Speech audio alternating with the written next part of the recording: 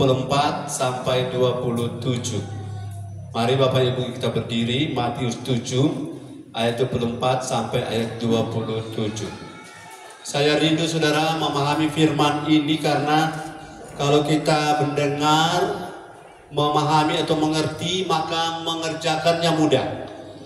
Ulangi, mendengar, mengerti atau memahami, ketika mengerjakannya tidak salah. Supaya kita tidak buang waktu, buang tenaga karena bangun lagi karena salah. Mari kita baca ayat 24 mulai, Bapak sebentar untuk ayat-ayat selanjutnya. 1, 2, 3. Setiap orang yang mendengar perkataanku ini dan melakukannya, ia sama dengan orang yang bijaksana yang mendirikan rumahnya di atas batu. Kemudian turunlah hujan dan datanglah banjir. Lalu angin melanda rumah itu, tetapi rumah itu tidak rubuh sebab didirikan di atas batu. 2/6. Tetapi setiap orang, di perbandingan, yang mendengar perkataanku ini dan tidak melakukannya, ia sama dengan orang yang bodoh yang mendirikan rumahnya di atas pasir. Perhatikan, yang mendirikan itu membangun, ya, mendirikan atau membangun.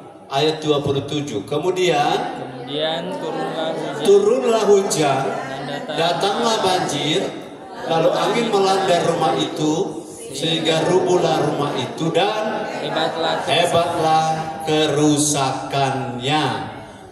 Haleluya, silakan duduk. Bapak Ibu saudara-saudara yang diberkati Tuhan, bagi jemaat-jemaat yang di luar daerah yang ikut Zoom, informasikan bahwa sekarang sudah ke Zoom, ya.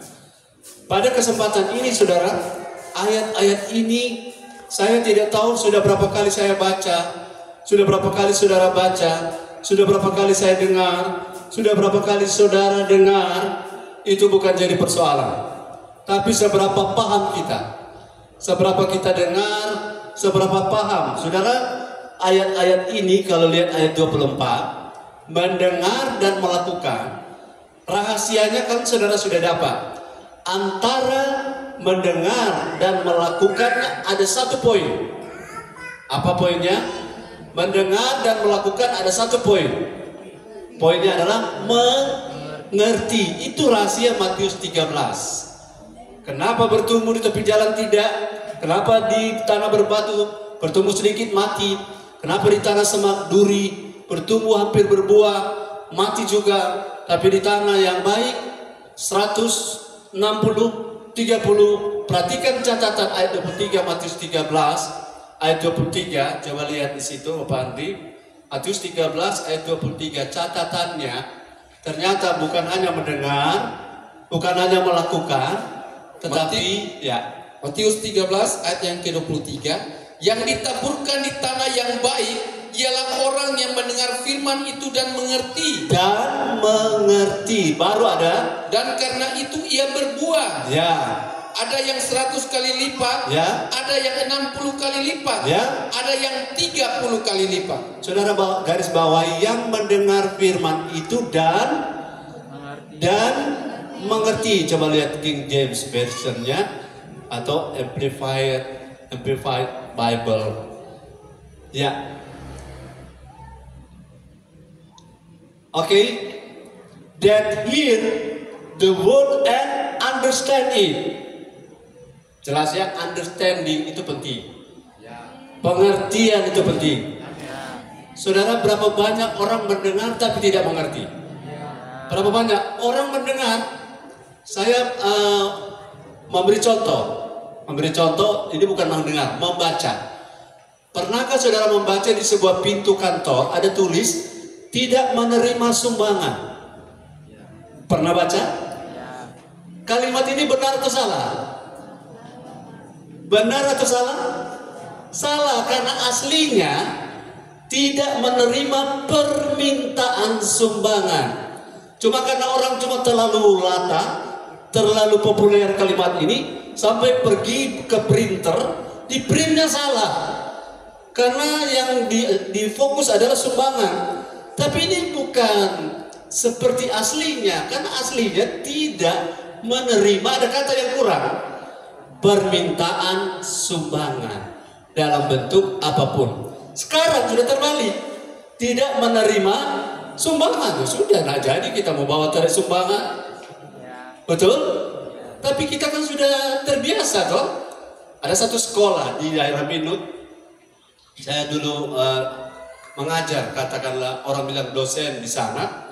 Ada satu tempat saya selalu lewat, ada tulis di situ, saudara teliti ini benar atau salah dalam hal konteks mendengar, tapi kali ini saya contohkan konteks membaca. Benar atau salah kalimat ini? Kawasan bebas merokok. Benar atau salah? Kenapa? Artinya boleh. Yang mereka maksud mau kopi itu bahasa Inggris, yaitu area no smolar, area no smoking. Jadi maksudnya kawasan tanpa rokok, kawasan tanpa merokok. Tapi ada tulis di situ kawasan bebas. Tuh kata bebas dengan no, kan bebas bahasa Inggris dengan kata no itu artinya tanpa, tidak, dengan. Jadi orang terjemahkan ada harus untuk orang merokok, kan ada tulis kawasan bebas merokok. Kalau kasih keluar tuh DP baru tepat. Tapi orang kan enggak mau pusing. Yang penting tulis, mengerti tidak mengerti. Tapi kalau orang Inggris yang datang, yang belajar bahasa Indonesia asli, dia bilang, oh boleh sini. Coba buka kamus. Kawasan bebas tidak dilarang merokok. Tapi kalau kawasan bebas rokok, dari terjemahan aslinya, kawasan tidak boleh ada rokok. Halo? Ya. Jadi orang banyak menganggap mengerti itu tidak penting. Padahal dari situ kita banyak salah paham. Saya kasih contoh. Satu kali saudara kami sedang berurut-urut bersama pendeta-pendeta dan masing-masing dengan mobil masing-masing. Kemudian dulu ada Mitsubishi Kuda. Itu ada solar, ada bensin. Saudara bayangkan, dia isi, saudara, di auto solar dia isi bensin. Karena mungkin dapat tahu ini auto pinjaman. Haleluya. Kalau auto pinjaman dia tidak bisa tahu ini solar atau bensin. Akhirnya perjalanan kami terganggu karena harus kuras, harus dikeluarkan semuanya sampai di karburator kan mesti bersih. Baru isi ulang, baru turun jalan. Gara-gara ngerti, tidak ngerti. Mengerti itu penting. Mengerti membangun hidup itu penting. Supaya kita tidak salah bangun. Orang menganggap pelayanan itu bangunan. Bukan. Pelayanan itu berhubungan dengan upah. Haleluya. Berhubungan dengan tanggung jawab. Amin. Berhubungan dengan hormat Tuhan atau tidak. Tapi kedewasaan itu berhubungan dengan Tuhan berkenan pada kita atau tidak.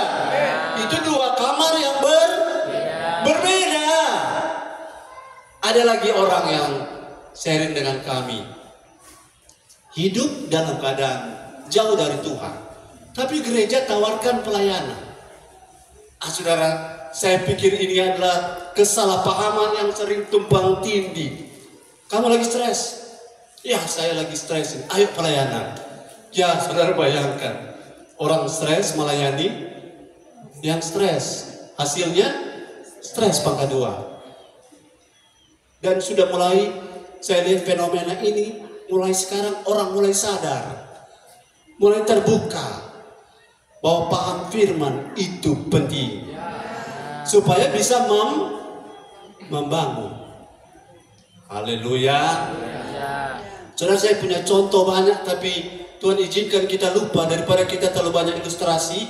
Komnya tidak mau isi firman. Banyak yang kalau tidak lagi berkhotbah saya ingat, tapi setelah berkhotbah Tuhan coba kasih ingat firman. Jadi memahami prinsip membangun dengan benar, yang pertama kita perlu tahu bahwa membangun hidup itu sangat penting. Haleluya. Saudara, jangan spekulasi, saudara. isi solar dengan isi pertalite di mobilmu menentukan menurut jenis mobil kita, bukan? Jadi kalau saudara bilang yang penting isi, ya silakan kalau yang penting isi. Tapi resikonya, saudara akan kurat lagi tangki minyaknya karena salah isi. Saudara isi radiator dengan solar, apa jadinya? Itu sebabnya kalau ada orang bilang yang penting melakukan, benar. Tapi sebelum melakukan harus ada mengerti. Dan sebelum mengerti harus ada mendengar. Mendengar, mengerti, melakukan. Maka buahnya ada 160, ada yang 30. Mungkin saudara yang mengerti penuh dapat 100. Yang setengah mengerti masih dapat marah 60. Marah yang nyaris mengerti, nyaris mengerti berarti tidak mengerti. Yang hanya mengerti sedikit dapat 30. Tingkat pengertianmu menentukan tingkat pengertianmu menentukan tingkat akurat pekerjaanmu. Haleluya. Semakin mengerti saya, semakin mudah saya mengerjakan sesuatu. Haleluya. Itu sebabnya yang pertama, Efesus 5 ayat 15, memahami prinsip membangun hidup dengan benar. Ya saudara, yang pertama Efesus 5 ayat 15. Efesus 5 ayat 15, karena itu perhatikanlah dengan saksama bagaimana kamu hidup. Janganlah seperti orang bebal, tapi seperti orang arif. Karena apa? Karena orang yang sudah bangun dari ayat 14. Saudara sudah bangun, lihat ayat 14. Ayat berapa itu yang bangun dari tidur? Ayat berapa? Itulah sebabnya dikatakan bangunlah hai kamu yang tidur, dan bangkitlah dari antara orang mati, dan Kristus akan bercahaya atas kamu. Ya, saudara dan saya sudah bangun, sudah bangkit, sudah, amin. Setelah bangun, setelah bangkit, jangan malipoko. Oh, malipoko, disoriented, tidak tahu ada di mana. Pas buka mata, anak-anak kadang-kadang menangis, dia sadar tidak di rumah, dia menangis karena disoriented, tidak tahu di mana sekarang. Jadi sesudah bangun, ayat 15 bilang adalah sesudah seorang lahir baru. Ayat 15 bilang karena sesudah bangun, perhatikanlah dengan saksama, dengan teliti, seperti Herodes bilang, pergi cari tahu bayi Yesus dengan saksama pada orang Majus. Teliti, cari tahu, jangan ada informasi yang lewat. Jangan ada campuran semen yang salah. Jangan ada instalasi listrik yang potensi korsleting kalau membangunnya. Paham? Bilang amin. Amin. Bagaimana kamu hidup atau bagaimana kamu bangun hidup? Saya kasih contoh Bapak Ibu. Ayat ini kan menulis jangan seperti orang bebal. Katakan bersama saya bukan. Yang keras, saya bukan orang bebal. Nah, orang bebal itu, maaf Bapak Ibu, bodoh itu lebih rendah lagi bebal. Bodoh karena belum diajar. Tapi bebal diajar tidak mau mengerti. Jadi itu bebal, kabal, nabal, semuanya dia satu rumput. Bebal itu bukan bodoh. Karena bodoh tidak tahu karena tidak diajar. Unschooled namanya, tidak sekolah. Tapi kalau bebal, S1, S2, S3 tapi tidak mau mengerti kehendak Tuhan, itu yang namanya bebal. Mau lihat ciri-ciri orang bebal? Saya tidak mau jadi orang bebal. Bilang kiri kanan, kita tidak mau jadi orang bebal. Saudara, kalau binatang dicontohkan bebal itu ada kuda, ada bagal, ada keledai.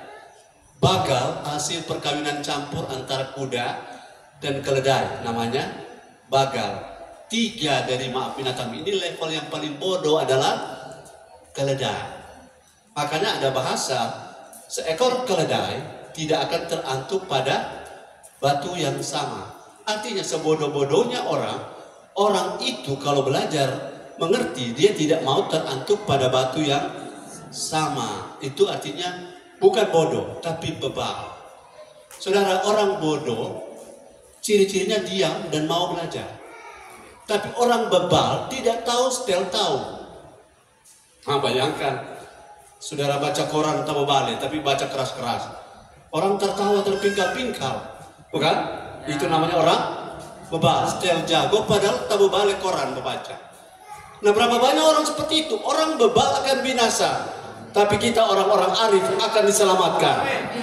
Mau contoh orang bebal punya cara hidup? Amsal 18 ayat 2. Bangun hidup yang benar, karena bangun hidup itu penting. Haleluya, haleluya, haleluya. Haleluya. Saudara bergairah bilang haleluya. Haleluya. Nah, ciri-ciri orang bebal, lihat ini ayat jelas. Amsal 18 ayat yang kedua, orang bebal tidak suka pada pengertian, hanya suka membeberkan isi hatinya. Orang bebal ciri-cirinya suka dimengerti, tapi tidak mau mengerti. Suka curhat, tapi tidak mau dikasih pemahaman. Karena bagi orang bebal, pengertian, pemahaman, hikmat itu bagi dia tidak berharga. Yang paling penting dirinya punya perspektif. Sudah mau bangun hidup? Jangan seperti orang bebal. Sampai hari ini saudara, saya tidak suka curhat. Di khotbah pun saya tidak mau curhat. Kesusahan saya biarlah kesusahan kami. Amin. Kesusahan saudara jangan berbagi dengan orang lain. Karena saudara saya sudah berat, orang lain sudah berat, tambah berat. Saudara mau dewasa? Tangani pergumulanku sendiri. Kalau saudara butuh nasihat, saudara punya orang tua rohani. Jangan tanya pada yang lain. Tapi orang bebal ciri-cirinya suka curhat. Kesana kemari curhat. Di FB curhat. Ya, kenapa? Mereka tidak mau mengejar pengertian. Walaupun banyak dengar firman, tidak mau mengerti, akhirnya melakukan. Orang pelaku firman orang. Saudara bagi-bagi diakonia ke banyak orang itu baik, betul? Tapi tanpa pengertian, Tuhan juga tidak akan terima. Pengertian itu benar atau salah soal motif. Haleluya. Haleluya. Jadi pertama, membangun hidup itu penting. Karena begini, orang yang sibuk melayani itu baik, dan orang yang sibuk melayani pasti dapat upah.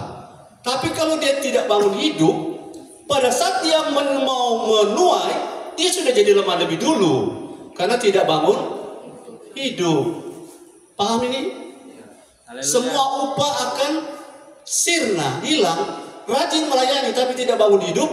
Pada saat waktu ia mau menuai, ia tidak dapat menuai. Karena ia bangun kekayaan. Susun simpan kekayaan, tapi orang lain yang nikmati. Karena tidak bangun hidup. Mari kita lihat.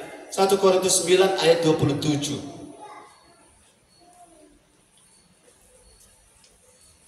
1 Korintus berapa? 9 ayat 27. Haleluya. Firman Tuhan, tetapi aku melatih tubuhku dan menguasainya seluruhnya, supaya sesudah memberitakan Injil kepada orang lain, jangan aku sendiri ditolak. Memberitakan Injil adalah pelayanan. Dan itu baik. Itu membawa orang pada Kristus, itu baik. Tapi membangun hidup lebih penting dari memberitakan Injil. Karena kita sendiri, saudara, menyelamatkan orang, kita dulu harus selamat. Jangan orang kita layani, dia bertumbuh, dia berlari, berakselerasi, kita yang layani dia melemah. Karena orang yang melayani pasti dapat upah. Tapi upah akan tidak dapat diterima kalau Galatia 6 ayat berapa itu? 10. Saudara jangan salah paham ya. Melayani harus dengan sungguh-sungguh, tanggung jawab, jangan lalai. Ada beberapa orang yang begitu mudah membatalkan pelayanan hanya karena alasan sepele. Lain kalau sakit ya, lain kalau memang masalah-masalah serius. Tapi pelayanan yang hal sepele dia batalkan, saya pikir ini orang yang tidak bertanggung jawab. Loh, kalau dia lagi tidak bangun hidup, double lebih rugi. Upahnya tidak ada, hidup ditolak oleh Tuhan. Ayatnya. Galatia 6 ayat 9. Ayat 9 maksud saya. Janganlah kita jemu-jemu berbuat baik, karena apabila sudah datang waktunya, kita akan menuai jika kita tidak menjadi lemah. Ya, kata lemah ini menunjuk pada bangunan hidup kita. Saudara yang melayani Tuhan yang sudah bertahun-tahun bisa lemah ketika dikecewakan orang, ketika dikhianati, ketika disolimi, ketika tidak dihargai. Kita akan kecewa kalau tidak bangun hidup. Tapi orang yang bangun hidup tidak mudah kecewa. Orang yang bangun hidup tidak mudah rentan atau rentan dengan singgungan orang. Orang yang bangun hidup tidak mudah mundur. Orang yang bangun hidup tidak berhitung. Orang yang bangun hidup tidak mudah tersinggung. Orang yang bangun hidup tidak mudah roboh. Haleluya, karena dasarnya jelas batu karang yang teguh. Ingat baik, membangun hidup itu penting. Coba bilang kiri kanan, membangun hidup itu penting. Lebih penting dari membangun pekerjaan, sudah pasti. Sudah pasti. Semua hasil capaian kita bisa dinikmati orang. Kalau ayat ini bilang, sesaat sebelum menuai kita menjadi lemah. Kata lemah coba lihat. Bahasa Inggrisnya pakai kata apa ya? Menjadi lemah.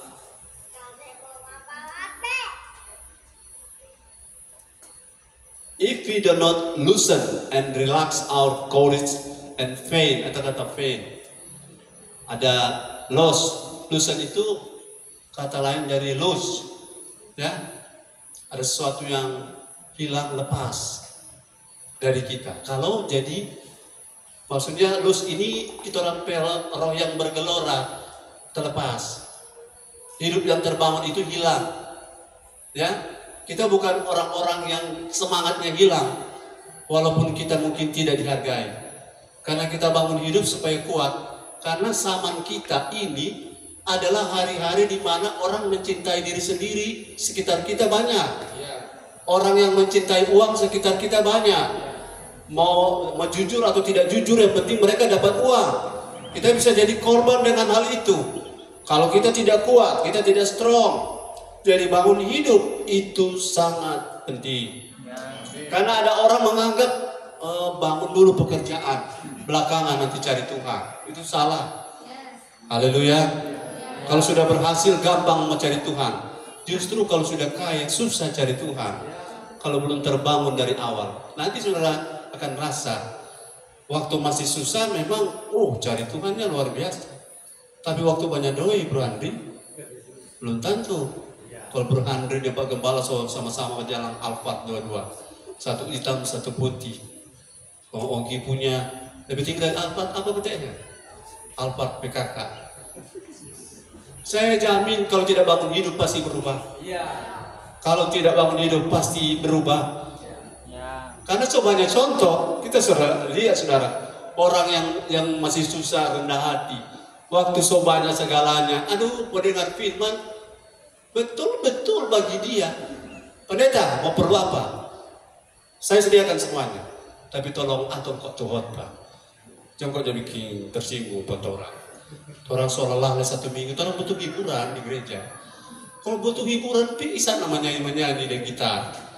Di gereja bukan untuk dihibur. Gereja untuk dibangun. Jadi kalau saudara datang untuk dihibur, saudara akan kecewa ketika pemain musiknya cuma satu. Kalau saudara datang ke gereja hanya untuk dihibur, saudara akan kecewa ketika singernya fales. Amin. Kalau saudara datang di gereja untuk dihibur, saudara akan kecewa. Kalau tuh biarlah rohmu menyala-nyala, saudara tahu berhenti di mana. Betul? Kalau saudara mau datang ke gereja untuk cari hiburan, saudara akan kecewa. Kalau saudara lihat musiknya, payah bersaing dengan musik-musik yang konser-konser. Ya, sampai speaker cuma 3 biji. Dompet speaker lebih banyak dari dompet orang. Kalau cari hiburan, saya akan kecewa di gereja.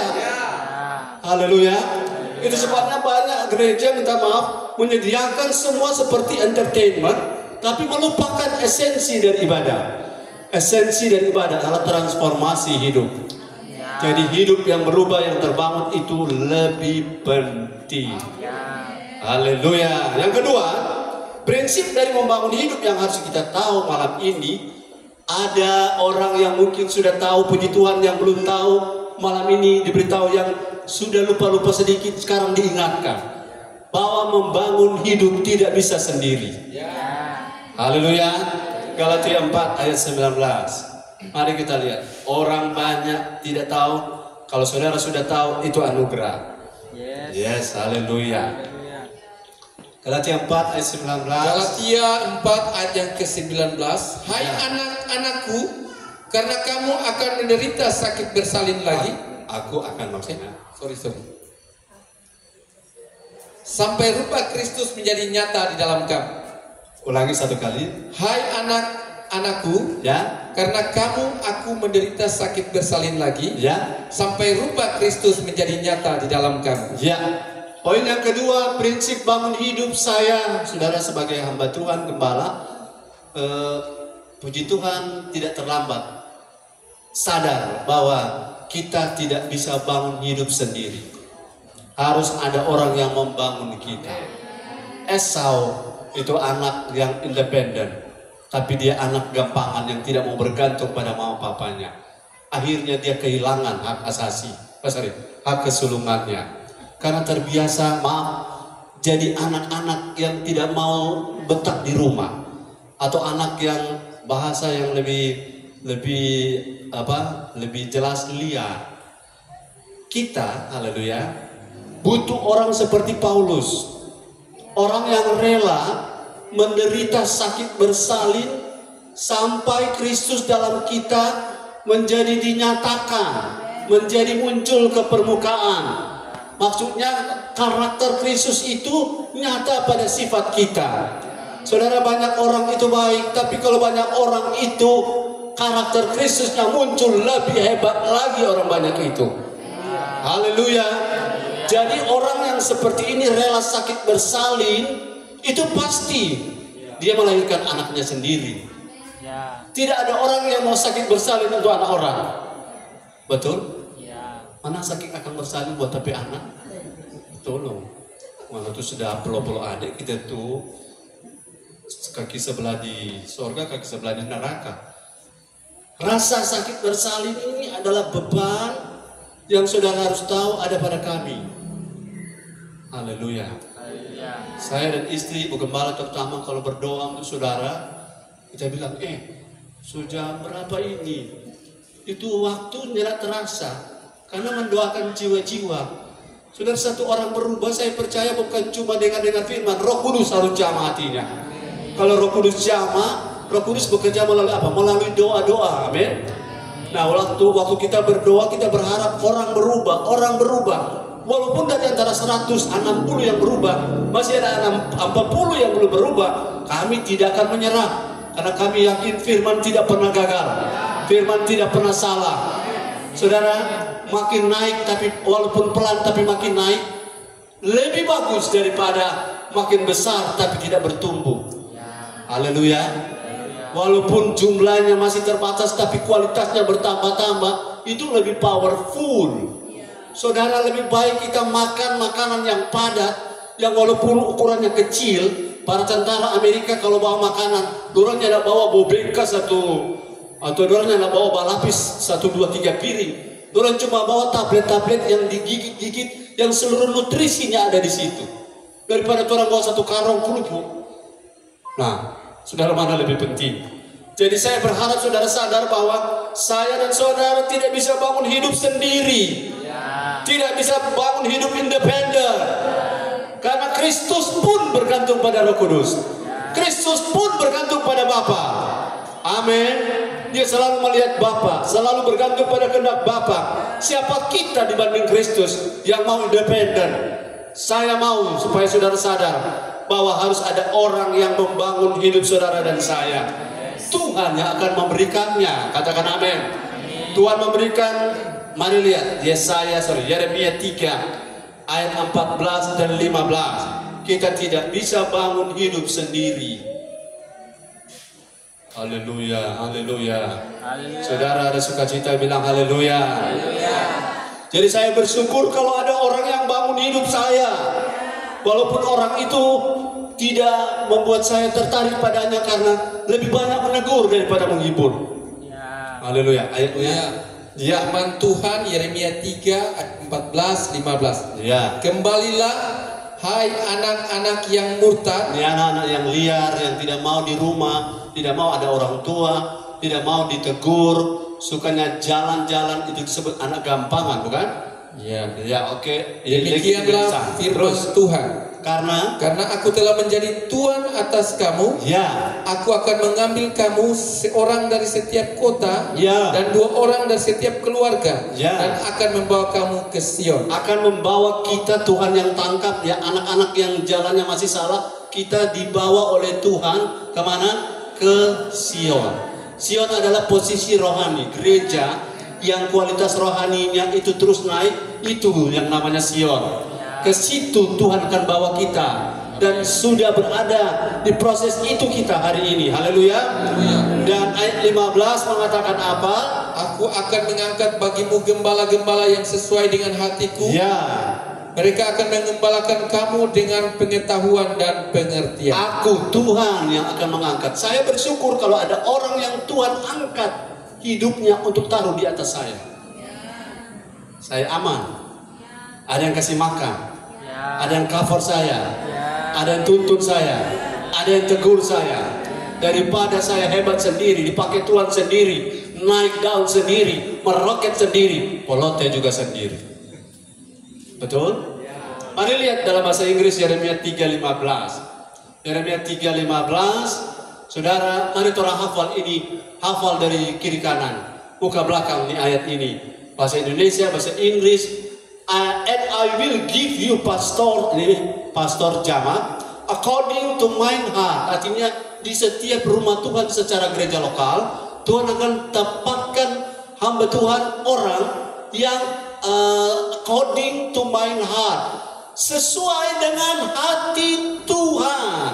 Hati Tuhan di gereja lokal adalah kita berubah. Hati Tuhan di gereja lokal adalah kita jadi serupa Kristus. Yang lain saudara akan mengikuti dari belakang. Bukan yang utama hati Tuhan kita diberkati. Jangan salah paham. Kita diberkati juga Tuhan suka. Tuhan senang melihat saudara punya materi berlimpah. Tuhan senang melihat saudara punya dompet tebal. Tuhan senang saudara sehat-sehat. Tapi Tuhan lebih bangga melihat kalau saudara dan saya serupa Kristus. Itulah hati Tuhan terdalam yang Paulus bilang, rela sakit bersalin sampai rupa Kristus reveal, nyata, muncul, manifestasi dalam hidup kita. Jadi ada orang yang Tuhan taruh karena orang itu sesuai dengan hati Tuhan. Haleluya. Orang yang sesuai dengan hati Tuhan tidak berkhotbah untuk uang. Orang yang sesuai dengan hati Tuhan tidak berkhotbah untuk populer. Orang yang sesuai dengan hati Tuhan tidak memanfaatkan orang. Orang yang sesuai dengan hati Tuhan tidak ada pamrih. Haleluya. Jadi saya percaya kalau saudara sudah bertemu orang yang Tuhan maksud, maka ayat ini bilang, orang itu which shall feed you, orang itu yang akan memberi makan. Kata feed, makan. Dengan apa? Kembali lagi, dengan knowledge and understanding. Pengetahuan, ada dengar firman, tahu. Tapi orang itu akan menuntun saudara dengan Roh Kudus untuk mengerti. Katakan haleluya. Mengerti itu penting. Karena tanpa pengertian umat Tuhan binasa. Lack of knowledge saja binasa, apalagi lack of understanding. Mengerti ya? Bahwa lack of knowledge, kurang pengetahuan saja bisa binasa. Apalagi lack of understanding, kurang pengertian, bisa binasa. Lebih parah kalau kurang pengertian. Bapak Ibu yang diberkati oleh Tuhan, kalau saudara sudah merasa gembalamu adalah orang yang Tuhan tetapkan untuk membangun hidupmu, sementara gembalamu juga sedang dibangun oleh orang yang Tuhan tetapkan atas hidupnya, bersyukurlah dan berilah dirimu didewasakan, berilah dirimu dibangun, berilah dirimu diubahkan. Karena ada orang pernah bertanya begini, kalau sebagai anak rohani tugasnya apa? Tugas inti anak rohani, ingat baik-baik. Tugas inti anak rohani, ingat baik-baik. Berusaha untuk membuat orang tua muda membangun hidup saya. Ulangi, tugas inti seorang anak rohani adalah membuat orang tua saya mudah membangun saya. Bagaimana mudah? Setiap kali dia melayani saya ada. Setiap kali dia arahkan saya ikuti. Setiap kali dia tegur saya yes. Setiap kali dia memberi peringatan, saya ingat. Kalau begitu berarti saya memudahkan orang itu. Jadi dia tidak perlu sakit bersalin seperti Paulus, karena jemaat Galatia dulu telah memulai dengan roh, tapi akhirnya mengakhiri dengan daging. Dulu jemaat Galatia percaya Yesus saja, tapi mulai ditambah dengan hukum Torah. Itu sampai sakit bersalin Paulus. Entah dia puru sebelah mana yang sakit. Tapi secara spiritual, melahirkan orang-orang dewasa perlu pengorbanan. Haleluya. Betul Yosua Padu? Tuh. Yosua merasa belum pernah kita dapat gembala seserius ini dalam hal menegur. Amin. Amin. Saudara, ada orang bilang kita belum mau melayani. Saya langsung jawab, oh puji Tuhan, itu memang rencana Tuhan buat kamu. Bukan. Saudara harus tahu bahwa kami tidak ingin saudara lost atau lose, terlepas dari kendali Tuhan. Dan tugas kami adalah selalu menarik orang dengan ayat 14 tadi bilang apa? Ayat 14 kembali. Halo, ayat 14. Kembalilah hai anak-anak yang murtad. Bahasa Inggris. Kembalilah hai anak-anak yang murtad. Ayat. Oh, sama-sama saudara kita semua. Bagian awal saja. 2, 3. Turn of backsliding children. Backsliding itu tahu terpeleset tapi ke belakang. Tapalisi bahasa Manado. Halo, banyak orang di gereja tapalisi. Tapalisi dari bahasa lain tak keluar dari jalur, tak keluar dari jalan. Jalurnya apa? Mengejar urapan, mengejar berkat. Tidak mengejar Tuhan, tapi mengejar urapan. Itu Saul. Haleluya. Mengejar perkenanan Tuhan dan dapat urapan. Itu Daud. Haleluya. Mengejar rutinitas pelayanan, tapi tidak hormat Tuhan. Itu Imam Eli dan Hofni Pinehas. Tetapi lebih mengejar kehendak Tuhan, walaupun harus bicara pada Imam Eli pakai firman yang keras. Itu Samuel. Samuel pergi ketemu Saul. Bayangkan saudara ketemu presiden dan pesan Tuhan pada presiden, kerajaanmu telah diambil daripadamu dan Tuhan telah menyediakan orang yang berkenan di hati Tuhan. Kalau saudara jadi nabi, belum tentu sanggup ketemu presiden ngomong begitu. Tapi Samuel, dia bicara, kerajaanmu telah dirobek dari kamu dan telah disediakan orang yang berkenan. Saul bisa saja pancung Samuel, tapi Samuel tidak takut. Orang-orang seperti ini yang kita butuh supaya hidup kita terbangun. Haleluya. Saya percaya sudah menangkap firman ini. Sudah bergairah bilang haleluya. Jadi jangan menyerah, jangan capek. Haleluya. Oke, yang ketiga, kita bangun hidup harus arah jelas. Kemana arah kita? Saudara sudah fix arah kita dibangun hidup kita untuk apa? Menjadi sama-sama. Menjadi serupa Kristus. Sama-sama sebagai visi gereja. 2, 3. Menjadi serupa Kristus. Tidak ada tawar-menawar lagi Bapak Ibu. Ya. Karena kalau Tuhan datang 100 tahun ke depan, mungkin orang bisa berlega-lega. Tapi siapa yang tahu Tuhan datang bulan depan? Tidak ada. Siapa yang tahu Indonesia masih ada tahun depan? Tidak ada. Tetapi kalau kita sudah bangun hidup dengan tujuan goal yang paling tertinggi adalah menjadi serupa Kristus, bangunan kita tidak akan roboh. Walaupun hujan datang, saudara, banjir datang. Saudara, kalau saya mau bicara hujan, banjir, dan angin, tentang fenomena alam, fenomena Israel, dan fenomena gereja, saudara-saudara akan pulang ketakutan. Karena bukan itu isi firman. Isi firman yang inti adalah bangun hidup. Sehingga hujan turun, apalagi banjir datang, kemudian angin datang, cuma roboh yang rumah bangun di atas pasir. Pelayanan tanpa bangun hidup sama dengan pasir. Urapan tanpa kejar perkenanan Tuhan sama dengan pasir. Berkorban tanpa mencari tahu isi hati Tuhan itu sama dengan pasir. Semua yang tergoncang dan dapat tergoncangkan akan goncangkan. Jadi mesti periksa terus bangunan kita. Karena waktu gempa tidak tanya, proper rumah aman, boleh kita mau goyang? No, gempa tidak pakai bertanya. Minta maaf lo tak pe rumah-rumah pe bangunan, boleh orang mau goyang? Nggak ada kalau itu yang namanya apa tuh lempeng-lempeng itu. Kalau dia bergerak 1 tahun 1 senti, 10 tahun 10 senti, kalau dia patah 1 kali. Mau dia pe goyang itu prakteknya sudah punya loyang, taruh air. Kalau saudara goyang 10 kali kiri kanan, begitu DP air, tapi pakai skala lebih besar, tuh bangunan-bangunan seperti bivi, tuh air seperti di loyang besar, begitu tsunami akan datang. Tapi apapun yang terjadi, orang yang bangun hidup, 10.000 di kiri, 1.000 di kiri, 10.000 di kanan tidak akan menimpa engkau. Tapi jangan menyesal kalau dengar firman abang-abang, amin. Jangan menyesal kalau tidak menghargai firman. Karena waktu menghadapi bencana, orang sendiri-sendiri. Amin. Orang sendiri baku telepon so habis signal. Bagaimana mana di sana? Patah-patah jo. Ngeri karena waktu kerusuhan saja mati lampu.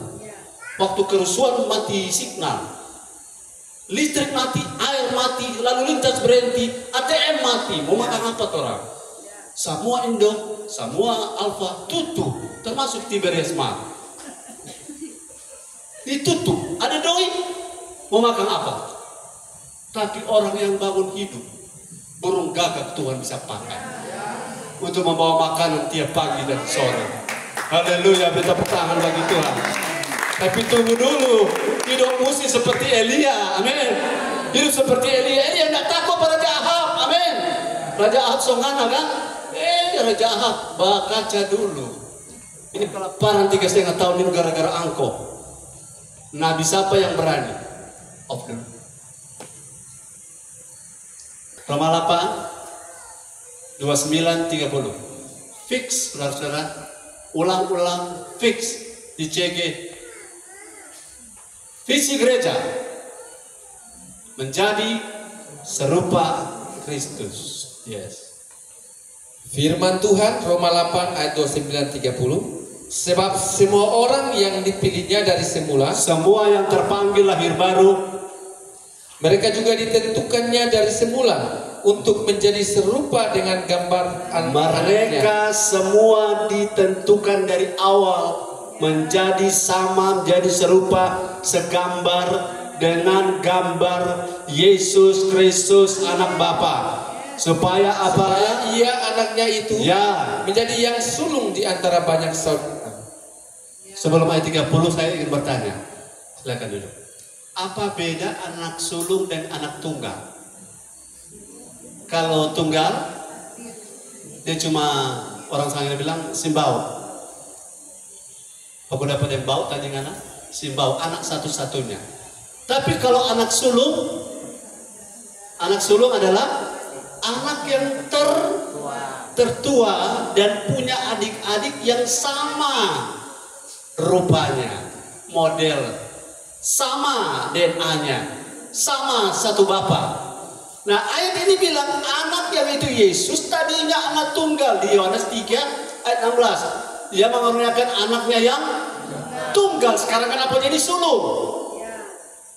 Paham ini? Tadinya dia anak tunggal karena cuma satu-satunya yang berkenan. Sekarang sudah menjadi banyak orang sama, banyak yang serupa dalam hal.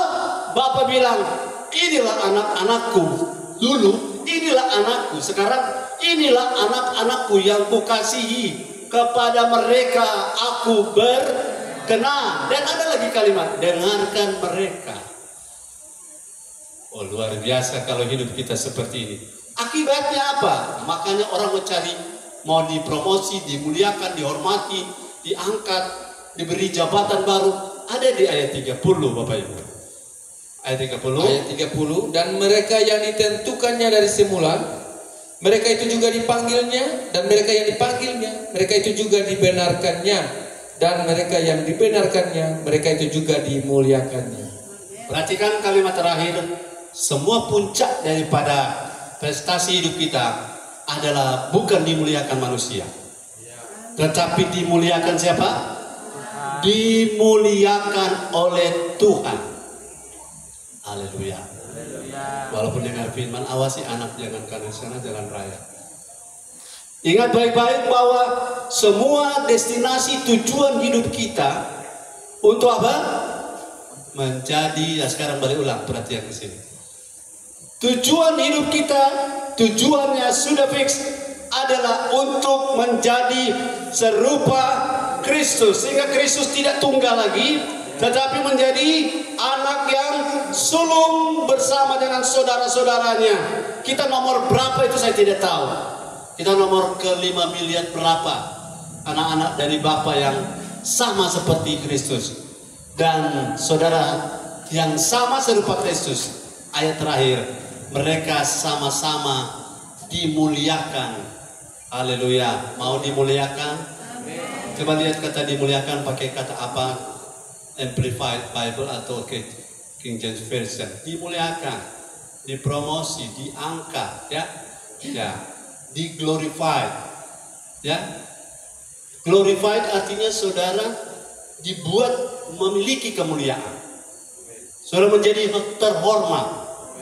Saudara, orang mengejar di dunia terhormat karena uang, tapi kita akan terhormat karena Kristus dalam kita dimanifestasikan.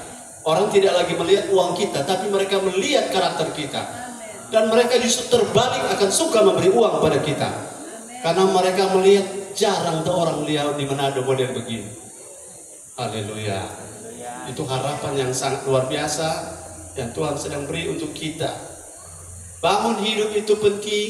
Amin. Bangun hidup itu perlu ada orang. Amin. Bangun hidup itu harus fokus, tujuannya jelas. Amin. Dan keempat, orang bangun hidup dengan dana bangun hidup Tuhan tahu, tapi iblis juga tahu. Haleluya. Jadi kalau saudara ada orang berdiri hebat pelayanan, iblis tidak mau tahu, tapi dia punya roh-roh yang namanya the familiar spirit. Tiap orang ada roh yang mengawasi, dan roh-roh itu tahu siapa kita. Haleluya. Saudara, saya bilang tadi, Tuhan tahu kita sedang terbangun atau tidak, tapi jangan lupa iblis juga tahu kita sedang bangun atau tidak, terbangun atau tidak. Mari kita lihat Kisah 19 ayat yang ke 13 sampai 17. Saya tidak ingin saudara dan saya dipermalukan, karena bukan cuma Tuhan yang tahu kita dibangun, tapi ada pihak yang lain. Ayo lihat. Juga firman Tuhan juga beberapa tukang jampi Yahudi yang berjalan keliling negeri itu mencoba menyebut nama Tuhan Yesus atas mereka yang kerasukan roh jahat dengan berseru. Katanya, aku menyumpahi kamu demi nama Yesus yang diberitakan oleh Paulus. Karena Paulus sebelum ayat 13 itu usir-usir setan-setan keluar. Mereka mau ikut. 14. 14. Mereka yang melakukan hal itu ialah 7 orang anak dari seorang imam kepala Yahudi yang bernama Skewa. 15. Jadi lihat, ada pihak yang melihat anak-anak Skewa itu punya posisi rohani. Jangan lupa, bukan cuma Tuhan yang melihat kita sedang bangun hidup atau tidak. Dan iblis, minta maaf, dia punya tugas adalah pendakwa, mendakwa. Masih ingat Yesus? Ayub waktu anak-anak Allah ada bertemu Tuhan, iblis bilang, Ayub itu saleh karena kau berkati, coba ambil materinya. Tuhan bilang enggak, dia saleh karena saleh, bukan karena materi. Iblis roh jahat itu jalan keliling mencari orang yang dapat ditelannya adalah orang yang berhenti bangun hidup. Jangan menyerah Bapak Ibu Saudara. Tidak mudah bangun hidup, tetapi ini akan menolong kita untuk next level, next devil, next level, last devil, next level, no devil. Ayat yang ke-15.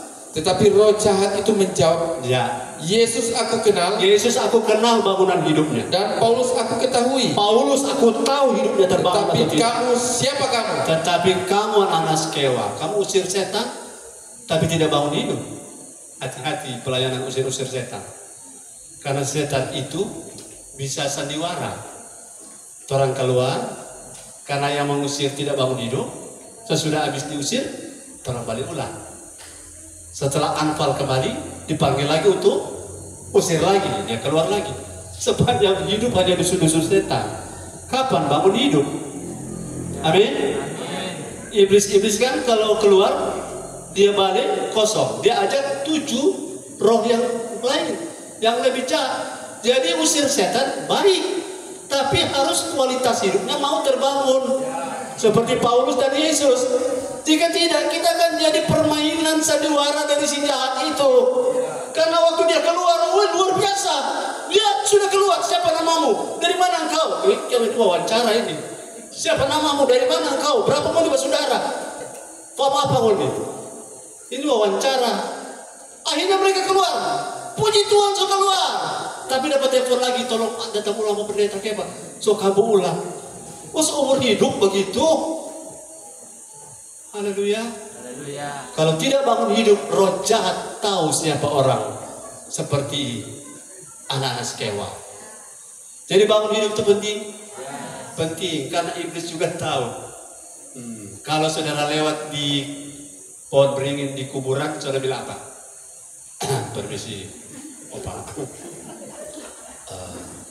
Kami ini mau lewat maksud baik, ini mau beribadah ke siang. Opa. Bayangkan kalau Opa jawab, siapa mau pernah aku kok? Iya, masuk gereja kata, serupa Kristus kok takut iblis. Harusnya kalau kita lewat kubur, iblis yang bicara. Pak John, jangan ganggu kami. Belum waktunya kami dihukum. Amin. Belum waktunya kami dirantai. Amin. Ini sekarang kamu balik, cicak bunyi. Bro. Jangan dulu kasih bunyi ini potong. Duduk. Kenapa? Cicak dapat bunyi. Oh iya. Sebentar kalau mau altar call, orang nyanyi. Tiap langkahku diatur oleh cicak. Karena mau melangkah cicak berbunyi berhenti. Ini anak Tuhan seperti apa model begini? Tidak bangun hidup. Cicak saja dia takut. Padahal cicak itu kalau kita tangkap dia lepas ke ekor. Dia penipu. Haleluya. Tunggu. Telepon dulu Pak Yosua. Bawa kemari Yosua padu. Bawa kemari kopi gula.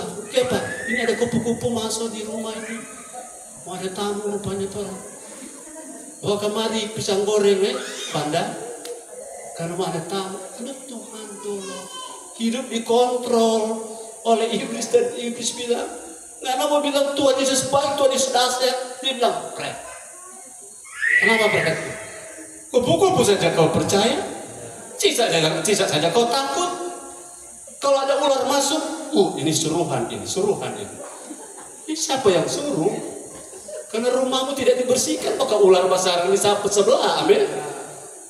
Haleluya. Haleluya. Haleluya.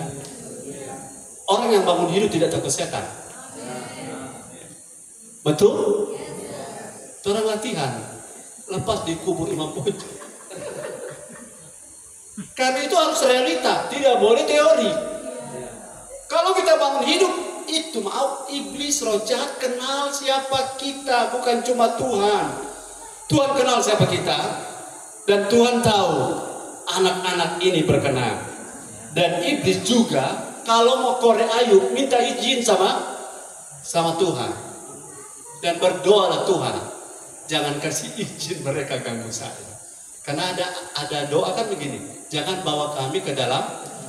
Itu sama dengan Tuhan, jangan izinkan iblis dia cobai seperti dia iseng sama Ayub. Dan jangan juga sesumbar, mana setan, mana. No, kita bukan fokus pada setan. Jangan sesumbar. Kita terus fokus bangun hidup. Roh jahat kenal hidup kita. Haleluya. Jadi lewat kuburan tidak lagi bertegur, tidak lagi bersalam. Amin. Karena hidup kita yang terbangun, iblis itu kenal kita. Oke. Kiranya Tuhan Yesus memberkati kita. Haleluya. Kita beri tepuk tangan. Haleluya. Saya percaya Roh Kudus ada di sini dan Dia sedang mendorong kita untuk never give up. Terus bangun hidup tanpa menyerah. Ibadah bukan sekadar datang diberkati. Ibadah bukan sekadar datang untuk diberi jalan keluar. Ibadah tidak sekadar datang untuk bertemu dengan sesama, tetapi ibadah membuat kita datang untuk terbangun hidup kita. Haleluya. Haleluya. Mari kita berdiri. Saya mengundang Bapak